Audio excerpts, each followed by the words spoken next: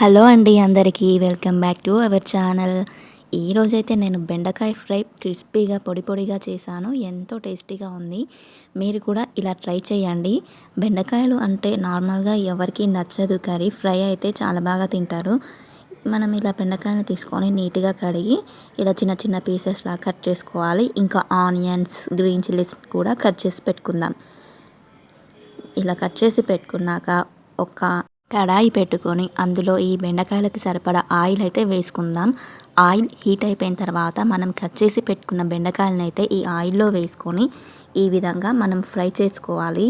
చూడండి, బెండకాయలు మాత్రం ఇలా కలర్ చేంజ్ అవ్వాలి, కొద్దిగా లైట్గా అయితే మనకి బెండకాయలు వేగినట్లు. అలా వేగినాక మనం ఒక గిన్నెలోకి తీసుకొని పక్కన పెట్టుకొని రెండో రౌండ్లో కూడా కొన్ని మిగిలిపోయిన బెండకాయలు మాత్రం ఈ విధంగా వేసుకున్నాము. అన్నీ ఒకేసారి అయితే డీప్ ఫ్రై చేయలేం కదా, మనం ఎక్కువ ఆయిల్ వేసుకొని, అందుకని ఇలా 2 టైమ్స్ చేసుకుంటే సరిపోతుంది. తర్వాత అదే ఆయిల్లో మనము జీలకర్ర, ఇంకా పల్లీలు, శనగపప్పు, మినపప్పు ఇవన్నీ కూడా పోపులో వేసుకోవాలి. ఇవి కాస్త నూనెలో వేగాలి ఈ పప్పులు. తర్వాత మనము ఆనియన్స్, గ్రీన్ చిల్లీస్, ఇంకా కరివేపాకు కూడా వేసుకుందాం. ఇవి కూడా మనం ఆయిల్లో ఫ్రై చేయాలి వీటిని బాగా. తర్వాత కొద్దిగా పసుపు కూడా వేసుకోవాలి. పసుపు కూడా వేసుకున్నాక వీటన్నిటిని ఒకసారి ఇలా మనము స్పూన్తో కలుపుకుందాం. ఈ ఆనియన్స్ మాత్రం మనం బాగా ఫ్రై చేసుకోవాలి ఆయిల్లో. ఇందులో ఇంకా జింజర్ గార్లిక్ పేస్ట్ ఏం అవసరం లేదు. ఈ ఆనియన్స్ మాత్రం బాగా ఫ్రై అయినాక మనం బెండకాయలు వేసుకోవాలి.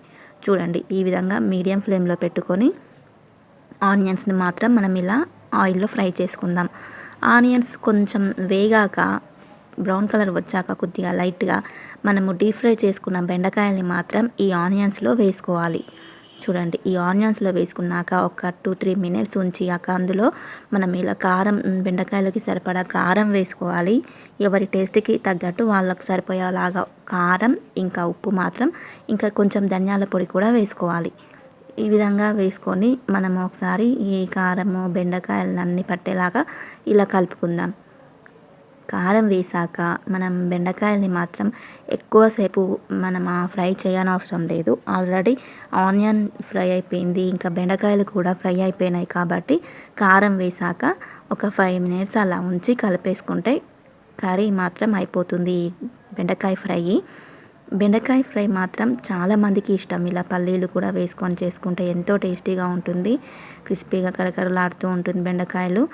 చూడండి, ఎంతో బాగుంటుంది. ఫంక్షన్స్లో చేసే విధంగానే ఉంది. మీరు కూడా ఇలా ట్రై చేయండి.